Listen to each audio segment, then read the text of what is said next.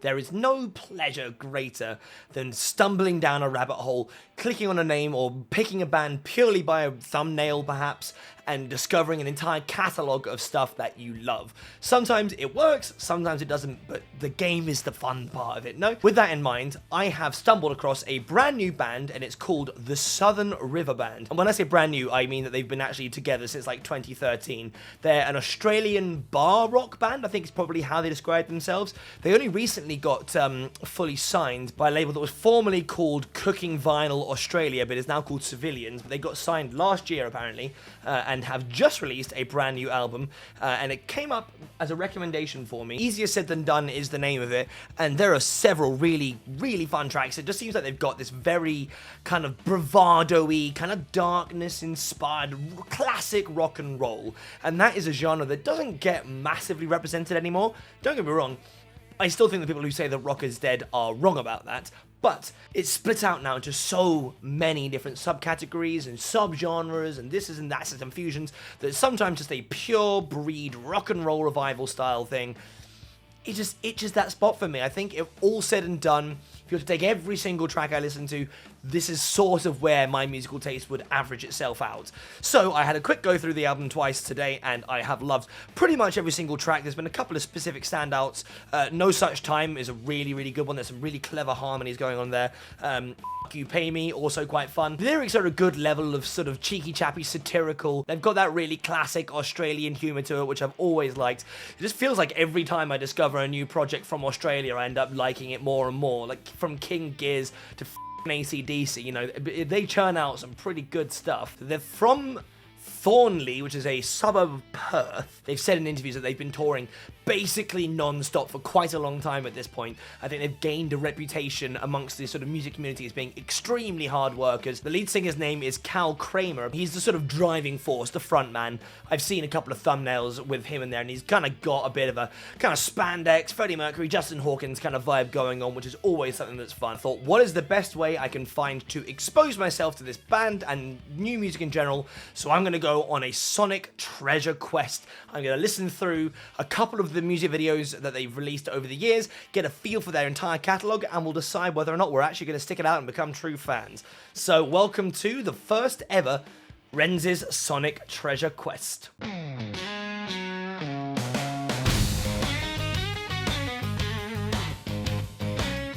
So I've selected 4 music videos from the Southern River Band going across their catalogue for the last couple of years. So we're going to end with their most recent one that came out 4 days ago, which is One of These Nights. And I'm just going to skip back and take one from each year. So we've got Vice City 3, we have got Stan Qualen, and we have got Are You Up, which is what we're going to start with. Another day with deja vu. You can hear so many amazing classic rock influences in this song, just already, just the tones that are being used on these guitars. And this is the oldest one on the list so far, so they weren't signed by this point. So I guess, you know, within reason, pretty much everything that we're seeing right now is more or less homebrew, which is also quite impressive because the tones are really, really nice. That lead guitar line is lovely. And, you know, I like the charisma on display here with him on the beach. He's doing the, like, you know, naked, mustachioed man with sunglasses and a pink dressing gown, but it's all kind of gloriously low budget. You can tell this is probably done with a few mates on a beach around the corner from where they live, but that's actually really endearing if you ask me. Is it a matter of ease? I still prefer to sleep alone. His voice is really interesting. I can hear definite shades of like Robert Plant in there. In fact, I can hear quite a lot of Zeppelin just throughout the entirety of this band so far, and that is definitely meant as a massive compliment. Yet here we are with my face all lit up by. And then those harmonies, they're making me feel like kind of strutsy, maybe a bit of Greta Van Fleet. I mean, I guess that's a kind of, you know, birds of a feather when it comes to saying Greta Van Fleet and Led Zeppelin, but still.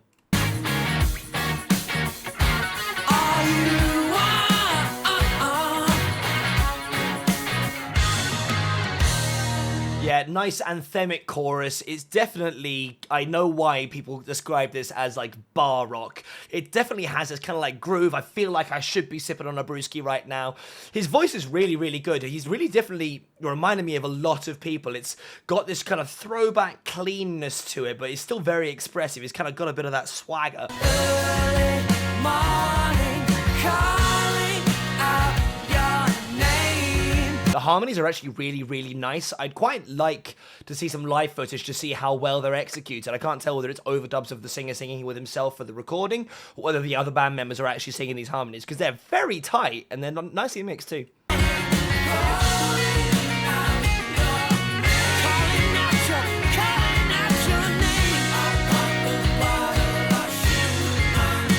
Big fan of this section. It's so rich. That lead guitar line is delicious. The way that it's kind of like running through there, and then it's teamed with this nice choral backing vocal, which he is now dueling with. He's allowed to do these almost Freddie Mercury-esque overdubs. These, these sort of like ad-lib sections to them on top of that, which is really lovely. And I quite like how straight-laced the band members are compared to him. He's like this very overbearing nutcase kind of, eccentric character, and these guys are just kind of cool lads.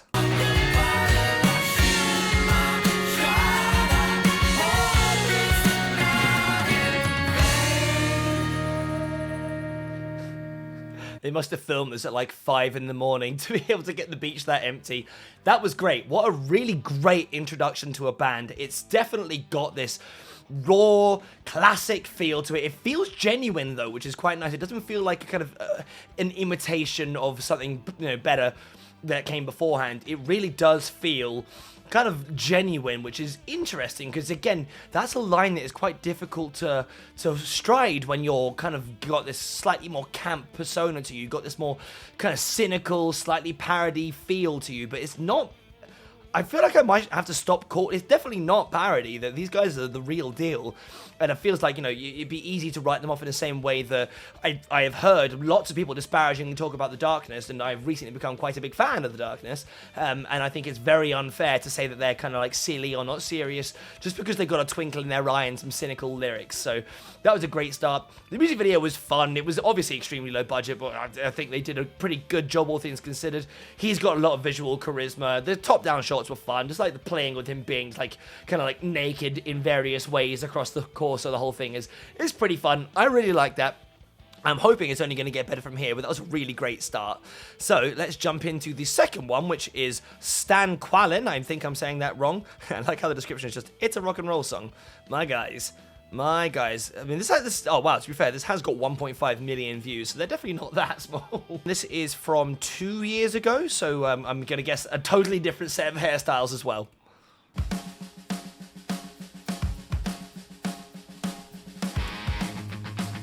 Just immediately getting like T-Rex vibes. I was ready for. Are you ready, Steve? Uh-huh. Ah, nice.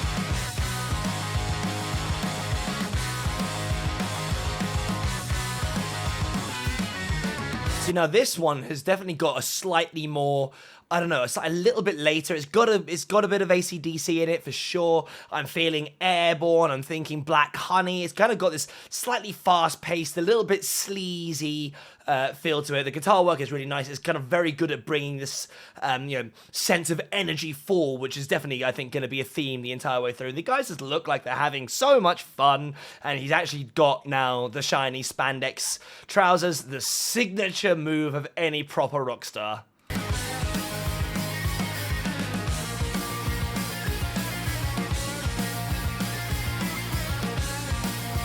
I love this like super extended instrumental intro. It's like really, really hyping. I love how they're just jamming the out, and they look like they're having a great time. I know that's definitely the point of the performance, but the energy is palpable. I wasn't expecting this for it to just go straight into this kind of like shreddy intro. I feel like this is a great warm-up for a set, just burst out into the scene and just immediately start pounding those drums and smashing out those fun riffs.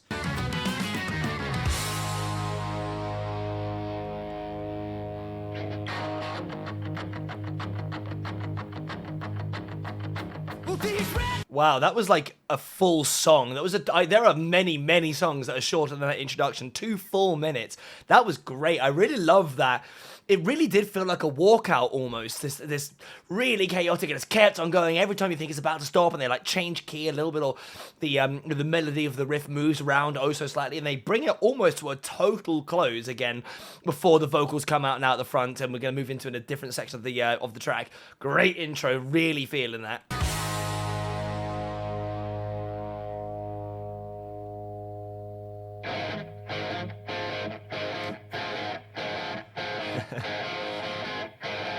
Oh, that's nice. That's a super nice transition there. I was about to say that riff is starting to maybe overstay its welcome just a little bit, but I like how it's kind of moving in these sections and these kind of different moments. Now it's definitely got some more of that blues rock in there. It's like he was teasing them when they're all kind of waiting for this moment where he's going to start firing up the next riff, and this one's slower. It's got that more traditional 12-bar blues feel to it, and I'm sure it's going to turn into another really fantastic and fun section.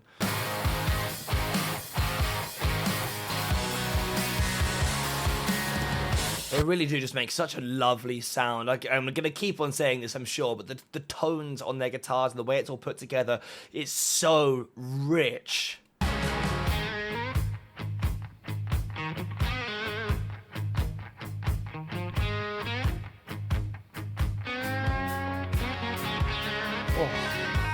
It's just every time that little dung-o-doo-diddle-doo-dung-doo-doo-doo comes in, it's so gratifying because it's got such a stripped-back soundscape at the moment. But I love this.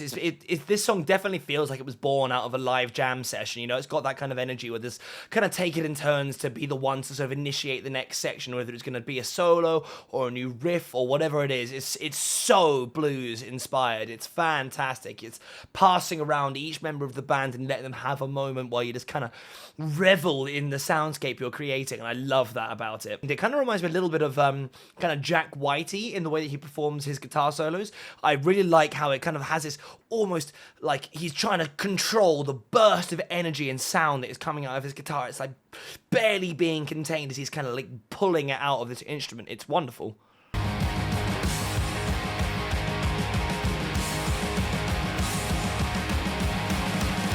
Here's the strobe warning.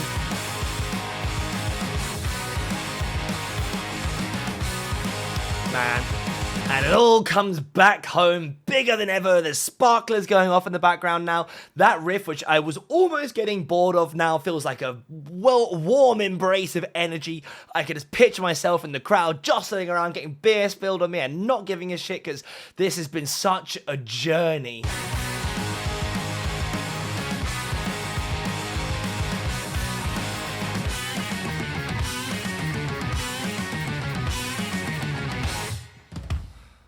Awesome. Simply awesome.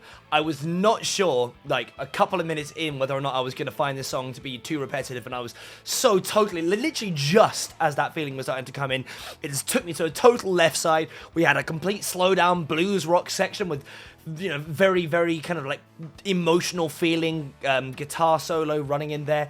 Just the multiple times that it kind of builds up and comes back down again, the energy transfer there. What an amazing thing. The tones are fantastic. There's actually really not a lot of vocals in it, but that's definitely not what that song was about. Oh God, that song especially just feels like I would love to see that live.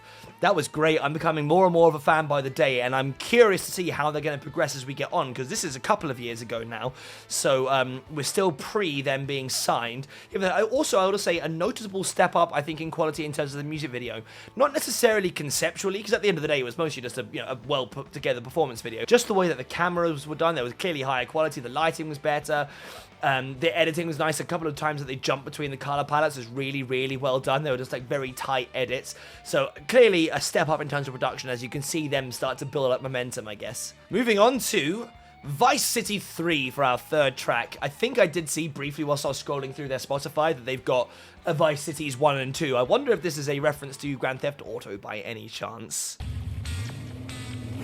Rum, rum, rum. I'm starting to think you might be allergic to t-shirts. Oh, okay.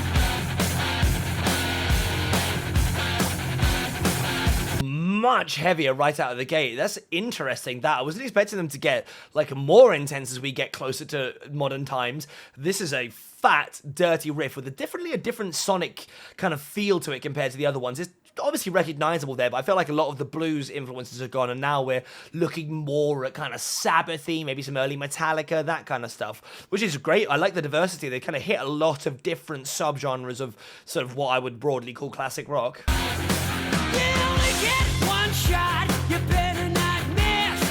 If you cover the crowd. Oh, that was some very bombastic panning that went on there. I'm never a huge fan when people do that. I think it's a little bit too overbearing. It's like putting clip art in your PowerPoint. I think it's less is more in a regard like that. I was gonna say I wasn't as hugely taken by the vocal performance in the first half of this verse, but after it slowed down a little bit and the soundscape has kind of like thinned out a little bit, it's become a little bit more rhythmic again. This second section of the verse I much prefer, I think.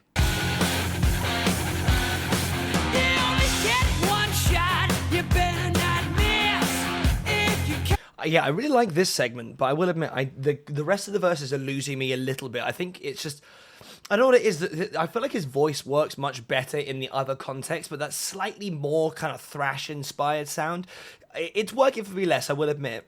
Oh, there's that pan again. It's too much.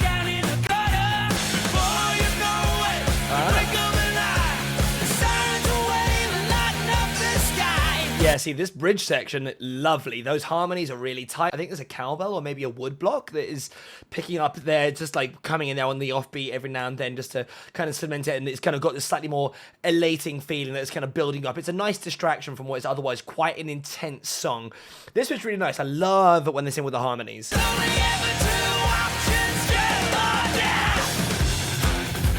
Okay. See, coming out of that section, this riff feels way more earned. I really like the sort of way that it went out for a second. It wasn't just like a little brief section either. It was a full, like, verse, chorus, bridge. Probably a bridge based on how far we are through the song, but I feel like it earns this heavier section more now. I guess this kind of answers the question is whether or not this is themed around Grand Theft Auto or not.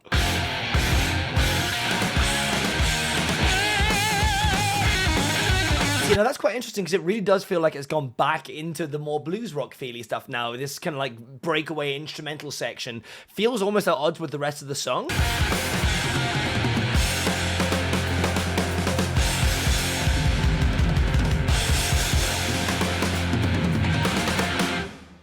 See, actually, interestingly, from a musical perspective, that song reminded me more of like Clutch, or maybe the Bakerton Group, the spin-off from Clutch is more instrumental, because obviously that blues rock influence definitely still shines through it, but it took, I think, even more of a departure than Stan Quellen in terms of it kind of almost having some progginess to it. It really did go through several quite distinct feeling sections, some of which I liked more than others. I will admit the sort of like main-bodied verses at the beginning of this song did less for me. I didn't really like how the vocals sat over the top of it. The second half of those verses, when they kind of got a bit more rhythmic, I did like, and that breakdown section with the backing vocals there were really, really tight, and then towards the end, the last section as well was quite nice with the solo, etc, etc. I did find the extreme panning of his voice that came in there a couple of times to be a little bit much, and I hope that the Spotify version of this does not have all the sirens and revving engines, but yeah, no, I like that one. It was definitely my least favourite of the three. It felt the least kind of like glimmer of sort of cheeky chappy to it. It was the least charismatic, if you ask me. Still great energy, great performances. The guitar work was still excellent. It's just less grabbing. So let's move on to our final track, which is One of These Nights, which is off the album that I have actually listened to, but I believe, if I'm not mistaken, this is the last track on the album, so I've intentionally stopped it before this last track, so this is completely fresh to me. So this is them having recently signed with Civilians, and they themselves are having this kind of like new lease on life. When I was researching it, one of the things that came with the change in name for the record label was a partnership with Sony now, so you know, everyone's on the rise. So we'll see whether or not there's a notable skip up in terms of production quality on the song or the video. I'll be curious. I've been searching for an answer to a question I don't know, and I've been looking for a feeling that I've not felt before. straight away interesting. I think this is the first one that's gone straight in just with vocals and an acoustic. I mean, I think, again, maybe because this is the final track on the album, maybe it's got more of a kind of like final track, kind of ballady, slowed down type feel to it anyway. Well, I guess we'll have to see. Then sit down at a table with a guitar on my knee and look for inspiration. Those guitar lines are lovely. Maybe just a tiny bit too loud, but the tone, again, has gone right back to this kind of like blues rock inspired feeling, and they're just so full and warm. It's really nice, and it sits actually really nicely with the acoustic guitar as well, which is the first we've heard of anything like that. And it's kind of cool that we're going to see what looks like mostly a performance video actually as well, like a live gig one. It's nice to see them in front of, you know, a group of people that clearly want to be there. It's a good turnout.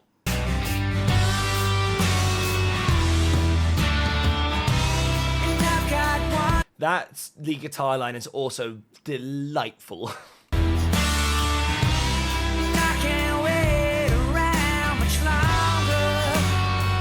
His voice actually works really nicely in this setting, like a more nostalgic, kind of like soulful, sad, to be honest. So there's more sentimental feeling in his vocals for this song, and it works really nicely. I think it allows him to show off some of his more like sort of technical skill, because it's kind of less character driven. It's less kind of like balls out, cheeky chappy, or screamy. Not screamy really, but you know what I mean.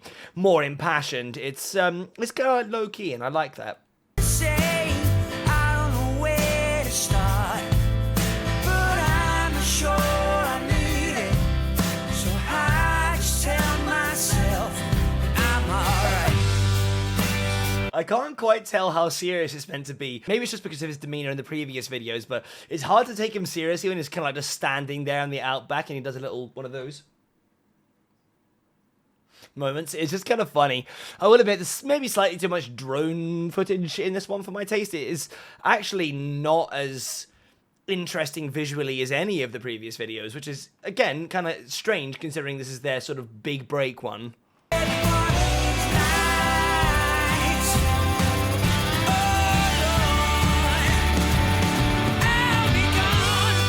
Nice. That was a beautiful transition. The way everything built up and then kind of let go there for that guitar solo is lovely. Just that massive, like really big high note there to end off the vocal section there. It feels like the overdubs for the guitar line were getting kind of like slightly more present over the course of the last sort of half a verse or so. Just beautiful soundscape. Every part of it is like perfectly spaced where it's going to be. It's slower, it's less energetic, but I quite like seeing this side of them as well, and it shows actually they can do this really, really well.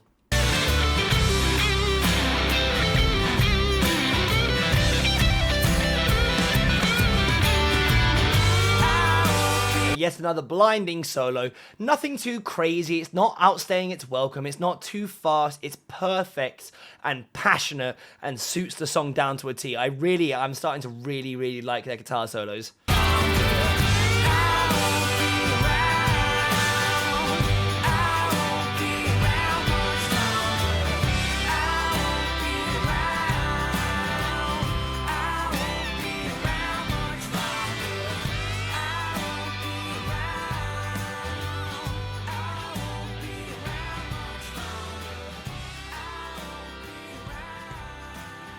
Yeah, I mean, what a great album closer this feels like as well. That repeated refrain just kind of like slowly fading out as it carries on. It's wonderful. It's so soulful. It feels like, you know, such a kind of wholesome feel good, but then also kind of melancholy feel to it.